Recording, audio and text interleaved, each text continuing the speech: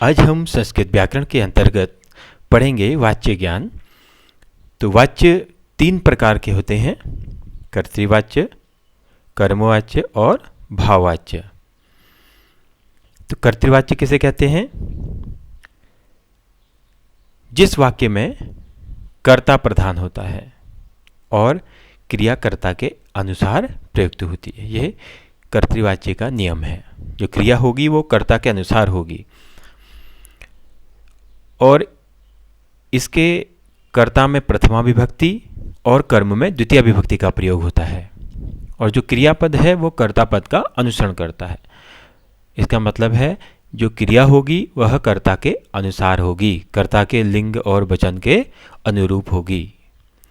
जिस लिंग, वचन या पुरुष का कर्ता होगा उसी की क्रिया भी होगी। जैसे रामः पाठम पठति, राम पाठ पढ़ता है। इस उदाहरण में राम कर्ता है, अतः राम कर्तृपद हुआ और पाठम कर्म होने के कारण कर्मपद हुआ और पठति क्या है? क्रियापद है।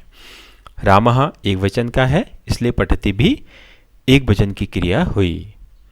बालकाः पाठम पठन्ति,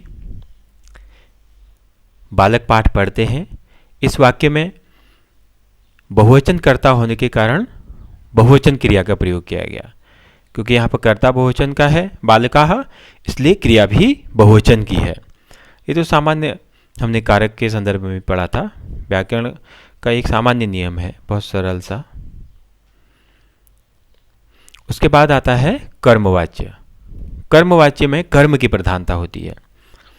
यहाँ कर्ता प्रधान था और यहाँ कर्म प्रधान है, इसलिए कर्म में प्रथमा और कर्ता में तृतीया विभक्ति होती है। यहाँ क्रिया का प्रयोग कर्म के अनुसार होता है। जिस लिंग, पुरुष, वचन में कर्म होगा उसी के अनुसार क्रिया भी होगी। जैसे वहाँ कर्तृवाच्य में कर्ता के अनुसार हो रहा था, वैसे यहाँ कर्म के अनुसार होगा। जैसे उदाहरण के द्वारा समझते हैं, मया कार्यम क्रियते, मेरे द्वारा कार्य किया जाता है। तो यहाँ पर कर्ता, कर्म और क्रिया तीनों पद हैं। कर्ता में तृतीया विभक्ति, कर्म में प्रथमा विभक्ति और क्रिया कर्ता के अनुसार प्रथम पुरुष एक वचन की। इसी प्रकार मया कार्याणि क्रियन्ते, यहाँ पर देखिए कर्म बहुवचन में हो गया कार्यम और यहाँ कार्याणि, तो इसलिए क्रिया भी बहुवचन में हुई क्रियन्ते। इसी तरह अस्माभिः फलम खाद्यते, यहाँ पर एक वचन में है कर्ता इसलिए खाद्यते, यह भी एक वचन में है। अस्माभिः फलानि खाद्यन्ते, यहाँ कर्ता बहुवचन में है और कर्म भी बहुवचन में है, इसलिए क्रिया भी बहुवचन की हुई। क्रिया बहुवचन की कर्ता के कारण नहीं हुई बल्कि कर्म के कारण हुई, क्योंकि जो फलानि कर्म पद है वह बहुवचन का है, इसलिए खाद्यन्ते भी बहुवचन का हुआ। तेन विद्यालयः गम्यते, यहाँ पर भी उसी तरह विद्यालयः एक वचन, गम्यते। फिर विद्यालयाः गम्यन्ते, चलचित्रम दृश्यते, चलचित्राणि दृश्यन्ते। तो इसको बहुत अच्छे से समझ लेना चाहिए, इसलिए यहाँ पर उदाहरण मैंने ज़्यादा दे रखे हैं। तया वाटिका गम्यते, तया वाटिकाः गम्यन्ते, उसके द्वारा वाटिका जाया जाता है, उसके द्वारा वाटिकाओं में जाया जाता है। ताभिः पुस्तकं पठ्यते, ताभिः पुस्तकानि पठ्यन्ते, उसके द्वारा पुस्तक पढ़ी जाती है, उनके द्वारा पुस्तक पढ़ी जाती है, उनके द्वारा पुस्तकें पढ़ी जाती है। पुस्तकानि है इसलिए क्रिया भी बहुवचन की, पठ्यन्ते। कया पत्रम लिख्यते, कया पत्राणि लिख्यन्ते। जैसे जैसे कर्म बदल रहा है वैसे वैसे क्रिया भी बदल जा रही है। युष्माभिः गृहं गम्यते, युष्माभिः गृहाणि गम्यन्ते। देखो युष्माभिः दोनों पद एक ही है लेकिन क्रिया बदल गई। क्यों? क्योंकि गृहम की जगह गृहाणि हो गया, इसलिए एक वचन की जगह बहुवचन क्रिया में भी हुआ। इसी प्रकार वाच्य का जो तीसरा भेद है भाववाच्य। भाववाच्य के कर्ता में तृतीया विभक्ति का प्रयोग होता है।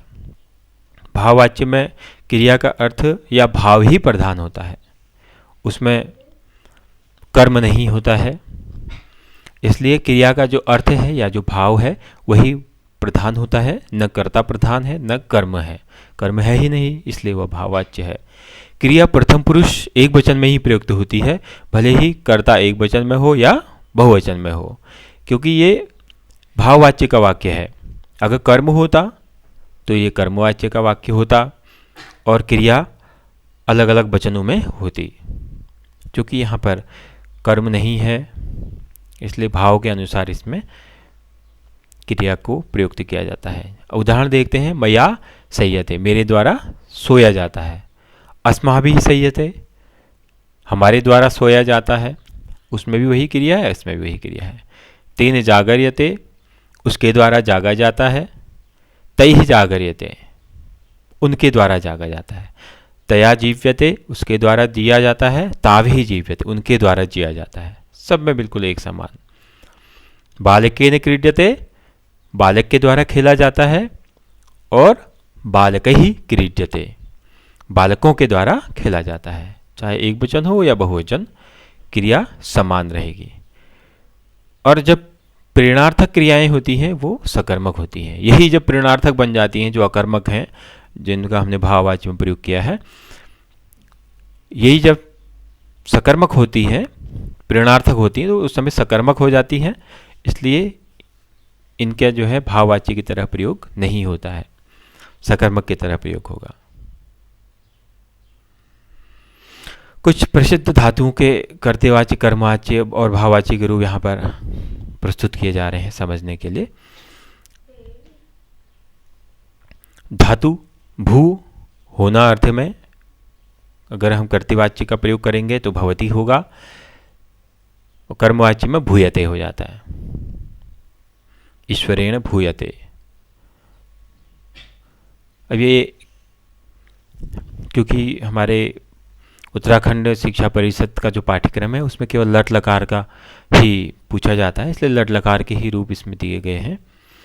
तो आपको इसे समझना चाहिए अच्छी तरीके से, ताकि आप परीक्षा में अच्छी तरीके से कार्य कर पाओ। भू होना, भवति भूयते, ईश्वरेण भूयते। उदाहरण भी यहाँ पर दिया है, पठति पठ्यते। ये एक वचन के केवल दे रखे हैं। यदि भाववाच्य में होगा तो ये एक वचन में ही रहेगा, और कर्मवाच्य में होगा तो इसके रूप बनेंगे। जैसे रोचते, रोचेते, रोचनते, रोचसे, रोचेते, रोचध्वे, रोचे, रोचावहे, रोचामहे, उसी तरीके से यहाँ पर भूयते, पठ्यते, गीयते, इन सब के रूप भी बनेंगे केवल कर्मवाच्य में। तो आप अच्छी तरीके से कार्य कर पाओ, इसके लिए आप इन्हें याद कर लें, आप वाक्यों को सही तरीके से बना पाएंगे। तो भू, पठ, गई, गाना, प्रच्छ पूछना, रुच पसंद होना, भक्ष खाना, गम जाना, क्रीड खेलना, हरि हरना, हन मारना, लिख लिखना, दृश्य देखना, स्था ठहरना, खाद खाना, वश रहना, क्री करना, पूज पूजा करना, गण गिनना। इसी प्रकार पा पीना, कथ कहना, स्मृति याद करना, अस होना, श्रु सुनना, धी धारण करना, और दुह दोहना, भी डरना, नी ले जाना, याच मांगना, त्रि तरना, सेव सेवा करना, पच पकाना, जी जीतना, ची चुनना, स्तु स्तुति करना, हु हवन करना, सी सोना, मृ मरना। इतने शब्दों के यहाँ पर ये एक वचन के रूप दिए गए हैं, और उदाहरण सहित आप इनको पढ़ें और समझने का प्रयास करें। ये परीक्षा की दृष्टि से अत्यंत महत्वपूर्ण है। इनके उदाहरणों को देखें और इसे तैयार करें। धन्यवाद।